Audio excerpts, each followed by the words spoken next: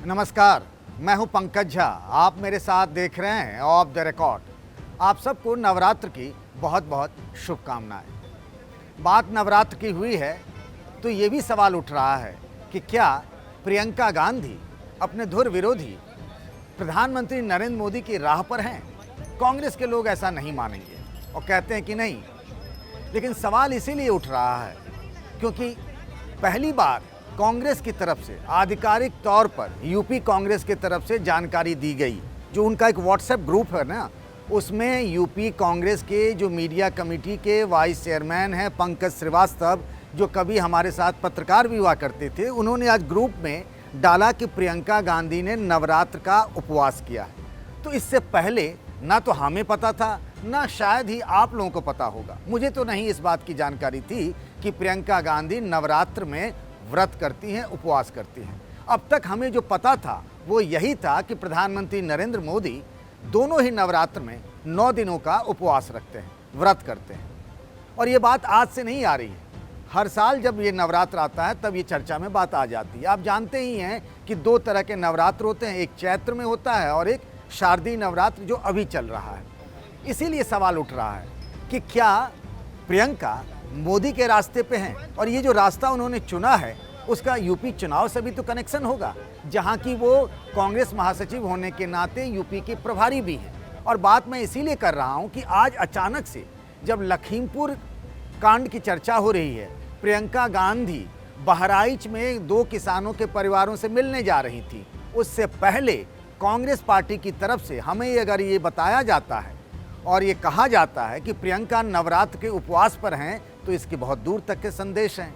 और ये कहने के बाद करीब 1.5 घंटे बाद जब प्रियंका गांधी निकलती हैं बहराइच के लिए उन किसान परिवारों से मिलने के लिए, तो रास्ते में अर्जुनगंज है, लखनऊ में ही है, वहाँ वो रुकती हैं। दुर्गा माता का मंदिर है, वहाँ वो रुकती हैं, पूजा करती हैं। और जो कहते हैं ना कि भगवती को, दुर्गा माँ को चुनरी चढ़ाया जाता है, वो चुनरी भी चढ़ाती हैं और वीडियो और तस्वीर भी है कि चुनरी को वो बांध रही हैं। उस वक्त जब उनसे पूछा गया कि ये जो व्रत कर रही हैं इसमें क्या होता है, आपने क्या मांगा, सुनिए प्रियंका ने क्या कहा। मैम क्या आपने किया? मैम आपने आरती क्या आशीर्वाद मांगा? क्या आशीर्वाद मांगा? ऐसे बताया नहीं जाता क्या मांगा है। नवरात्र का पहला दिन है। मैंने लेकिन इस बार मैंने अपने बेटे के लिए कुछ मांगा है। प्रियंका ने जो कहा है ना, उसको ऐसे मत समझिए, इसको दूसरे तरीके से भी समझिए। मैं इसीलिए ऐसा कह रहा हूँ कि एक गिलास आधा भरा हुआ भी होता है और आधा खाली भी होता है, बस नज़रिए का फ़र्क होता है। यहाँ भी मैं उसी नज़रिए की बात कर रहा हूँ जिसकी चर्चा AK एंटोनी, कांग्रेस के जो बहुत बड़े नेता हुआ करते हैं, 2014 के चुनाव में जब कांग्रेस की बुरी तरीके से हार हुई थी और नरेंद्र मोदी गुजरात से चलकर केंद्र में प्रधानमंत्री बन गए थे, कांग्रेस की हार हुई थी, तब हुआ था कि आखिर कांग्रेस पार्टी इतनी बुरी तरह हार क्यों गई। जब हार की समीक्षा के लिए AK एंटोनी की कमेटी बनी तो AK एंटोनी ने कहा कि मुसलमानों के साथ दिखने की वजह से कांग्रेस पार्टी की हार हुई और इसका उपाय यही है कि कांग्रेस सॉफ्ट हिंदुत्व की राह पर चले।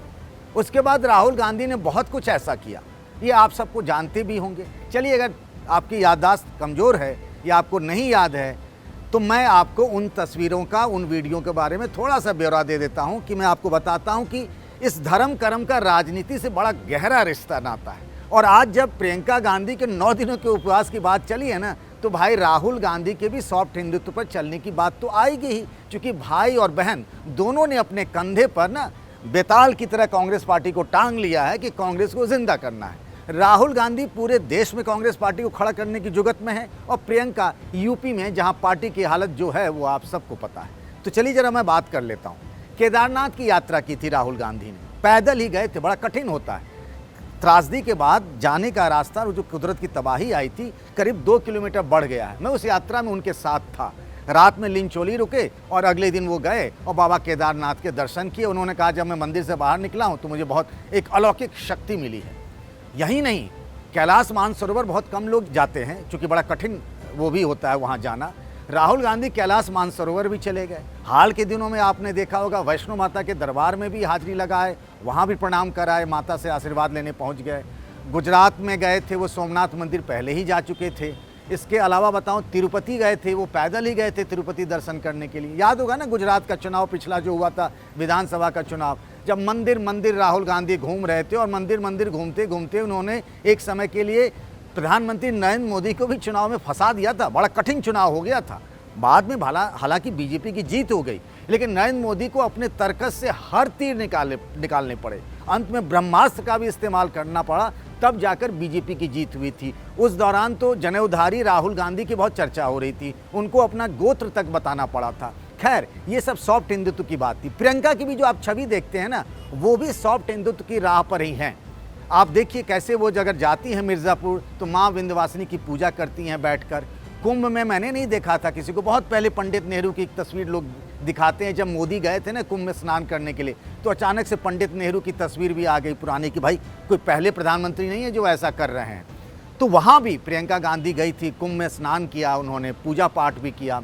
उससे पहले भी इस तरह के माँ शाकुंभरी जो सहारनपुर में दर्शन किया उन्होंने। प्रियंका भी सॉफ्ट हिंदुत्व के राह पर हैं। लेकिन ये जो मामला है, इस मामले जो है यूपी चुनाव से है। ये जो लखीमपुर की घटना हुई, उसमें जिस तरीके से कांग्रेस घुस गई बिल्कुल, और जो प्रियंका गांधी बार बार कह रही, उन्होंने तो अखिलेश यादव जिनसे इतने अच्छे संबंध हुआ करते थे, प्रियंका गांधी राहुल गांधी के बहुत व्यक्तिगत रिश्ते थे उन दोनों के, अखिलेश के खिलाफ भी मोर्चा खोल दिया प्रियंका ने ये कहकर कि ग्राउंड पे कौन दिखता है, ना तो अखिलेश यादव दिखते हैं, ना मायावती दिखती हैं, दिखता कौन है तो प्रियंका गांधी और कांग्रेस के कार्यकर्ता दिखते हैं। इसका जवाब भी अखिलेश यादव ने दिया। उन्होंने कहा कि वो तो एक कमरे में अरेस्ट हो गई, तो उनको हमारा ग्राउंड पर दिखेंगे नहीं कि हम ग्राउंड पे क्या कर रहे हैं। अखिलेश यादव का दावा है कि सबसे ज़्यादा समाजवादी पार्टी के कार्यकर्ताओं ने गिरफ्तारी दी। लेकिन जो 2017 में अखिलेश यादव और राहुल गांधी दोनों भाई जैसे थे, और मैं आपको बताऊं अंदर की खबर तो ये थी कि जब दोनों के बीच में, कांग्रेस और समाजवादी पार्टी के बीच में सीटों के बंटवारे को लेकर पेंच फंस गया था, तब प्रियंका गांधी के एक फ़ोन कॉल ने ही, जो उन्होंने अखिलेश यादव को किया था, बिगड़ते बिगड़ते बात बन गई थी। हालांकि चुनाव में दोनों पार्टी को कुछ खास मिला नहीं, वो अलग बात है। इसके बावजूद दोनों के रिश्ते, यानी कि राहुल गांधी प्रियंका, इन दोनों के समकक्ष हैं अखिलेश यादव, बहुत अच्छे रिश्ते रहे। लेकिन इस बार मामला आर पार का है। कांग्रेस की कोशिश ये है कि बीजेपी से लड़ते हुए सबसे मजबूत विपक्ष में अगर कोई दिखे तो कांग्रेस पार्टी ही। इसीलिए जैसे ही मौका मिला लखीमपुर की घटना का, कांग्रेस बिल्कुल तूफान की तरह चढ़ गई। आप देखिए ना, दो मुख्यमंत्री चरणजीत सिंह चन्नी, और आपको बताऊं कि छत्तीसगढ़ के मुख्यमंत्री भूपेश बघेल पहुंच गए, नवजोत सिंह सिद्धू भी कोशिश कर रहे हैं लखीमपुर पहुंचने के लिए। कांग्रेस के सब छोटे बड़े नेता राहुल प्रियंका के साथ दिखने के लिए लखीमपुर के, क्योंकि लगा कि ये एक वो पॉइंट है ना जहां से कांग्रेस को संजीवनी मिल सकती है यूपी चुनाव के लिए। प्रियंका गांधी को ही चेहरा बनाया गया। अब यूपी में ना कांग्रेस पार्टी के पोस्टरों में सबसे बड़ी तस्वीर अगर लगती है किसी की तो प्रियंका गांधी की। चलिए लौट के आते हैं व्रत और उपवास पर। ये जो 9 दिनों का व्रत है, ये बताने और समझाने के लिए है कि हिंदू धर्म, उसकी रीति नीति मान्यताएं, हम सबसे बड़े हिंदू, क्योंकि एक चलन चल पड़ा है कि आप देखिए वो ममता बनर्जी हो चंडी पाठ करते हुए या हनुमान पाठ करते हुए, अरविंद केजरीवाल, सबको लग रहा है कि बीजेपी का जो हिंदुत्व है ना, उसकी काट हमारे सॉफ्ट हिंदुत्व में है। उसको उसी के घर में घुसकर बीजेपी को हम मात दे सकते हैं। ऐसा दिल्ली के चुनाव में अरविंद ने किया तो वो जीत गए। ममता बनर्जी ने किया, उन्हें भी बंगाल में जीत मिली। चंडी पाठ करते करते ममता बनर्जी ने बीजेपी को आगे नहीं बढ़ने दिया। तो प्रियंका गांधी को लगता है कि ये वो मौका है जहां हम सीधे घुसें और सबसे बड़े चेहरे, बीजेपी के पास प्रधानमंत्री नरेंद्र मोदी से बड़ा चेहरा कौन है? चेहरा तो बीजेपी में वही है, पार्टी से बड़े हो चुके हैं नरेंद्र मोदी, सबको पता है। तो नवरात्र का व्रत नरेंद्र मोदी करते हैं, वो खुद इस बात को बताते हैं। पिछले 47 सालों से नरेंद्र मोदी व्रत करते हैं। उन्होंने खुद बताया कि कैसे वो व्रत करते हैं और उस दौरान वो कैसे नींबू पानी से ही काम चलाते हैं, एक बार फलहार करते हैं, फल खाते हैं। जी, वो मैं करीब 40-45 साल से करता हूँ, तो मेरी कोशिश रहती है कि उसको निभाऊं। कठिन होता है, थोड़ा समय अपना व्यक्तिगत साधना वगैरह में थोड़ा जाता है। इसमें उसमें मुझे उतना समय नहीं देना पड़ता है, क्योंकि इसका मेरा टाइम टेबल थोड़ा अलग होता है। उसमें मैं सिर्फ पानी लेता हूँ और कुछ लेता नहीं हूँ। मान लीजिए मैं तय करूँ कि इस नवरात्रि को मैं पपीता लूँगा, तो कैसी एक चीज़ तय करता हूँ और उसके आधार पर फिर मैं चलता हूँ। तो मोदी का अपना एक हिंदुत्व वाली मोदी की छवि है। प्रियंका भी अब ऐसी ही अपने लिए एक मजबूत छवि की तलाश में है। उस छवि को बनाने के लिए जो तमाम तरह के जतन किए जाते हैं ना, वो कर रही हैं प्रियंका गांधी। वो कोशिश कर रही हैं। जब भी होता है इस तरह के मौके आते हैं, जैसा मैंने कहा कुंभ में या माँ विंध्यवासिनी मंदिर के दर्शन के लिए, तो ये छवि रचने घटी। अब अचानक से ये टकराव जो है ना, वो है दो व्रतियों का। एक व्रती कौन हो गए? नरेंद्र मोदी, और दूसरे व्रती कांग्रेस की तरफ से चेहरा हो गई प्रियंका गांधी।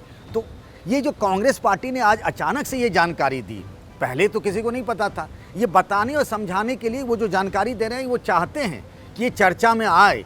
मोदी के व्रत की जब चर्चा हो तो प्रियंका गांधी के व्रत की भी चर्चा हो, कि वो भी उपवास करती हैं, वो भी दुर्गा माता की उतनी ही बड़ी भक्त और उपासक हैं। उनको भी उनकी भी भक्ति के बदले उनको भी वोटों की वैसी ही शक्ति मिलनी चाहिए हिंदू समाज की। और ये तो कह रहे हैं ना खुलकर, असदुद्दीन ओवैसी के हाल के बयानों को देखिए और समझिए।